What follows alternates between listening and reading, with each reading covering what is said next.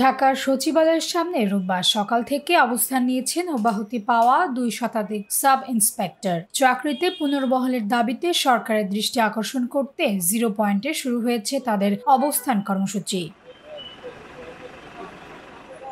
এই sub ইন্সপেক্টররা ৪০তম cadet ব্যাচের অংশ।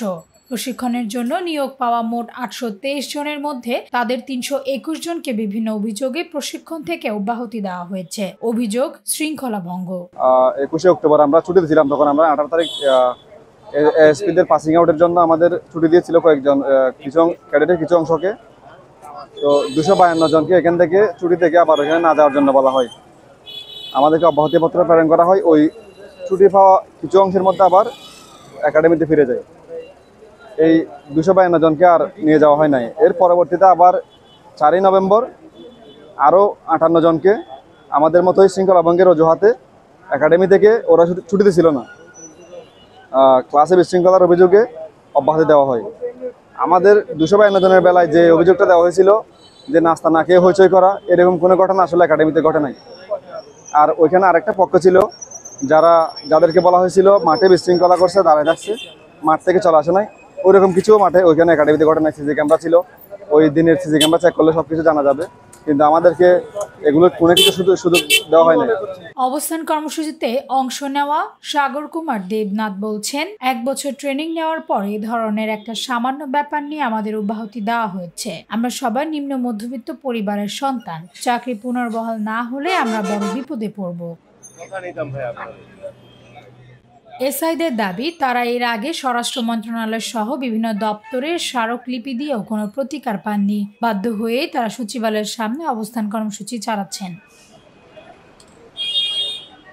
আমাদের অভিযোগগুলো যদি সঠিক হয় তবে প্রমাণ সহ ব্যবস্থা নেই, কিন্তু এভাবে আমাদের ভবিষ্যৎ ধ্বংস করা ঠিক নয়। সারদা একাডেমি ভালো বলতে পারবে আমাদেরকে কেন দেয়, কারণ এই কেন উত্তর আমরাও করছি, মানে এক্সাক্ট কজ আমরাও জানি না যে কি কারণে আমাদেরকে অব্যাহতি দেওয়া হলো। কিছু কজ মনে করেন যে ইস্যু এখানে নিয়ে আসছে যে শৃঙ্খলা ভঙ্গের দায়ে এনাদেরকে এরকম দেওয়া হয়েছে।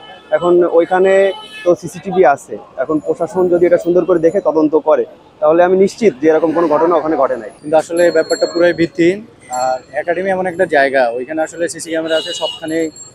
যে কোনো কিছু আপনি যদি জানতে চান বা দেখতে চান তাহলে সিসিটিভি পর্যালোচনা করলেই দেখা যাবে। ট্রেনিং করা ১১ মাস ২০ দিন প্রায় আমরা ট্রেনিং করলাম, এতদিনে কারো কোনো সমস্যা হলো না। হুট করে শৃঙ্খলা ভঙ্গের অভিযোগ, আর বিষয়টা এরকমও না, মানে শৃঙ্খলা ভঙ্গের একই অভিযোগে একাডেমিতে লাস্ট কয়েকদিন আগে ৭৭ জনের ইডি দিচ্ছে, এক্সট্রা ডিল যেটার বলে।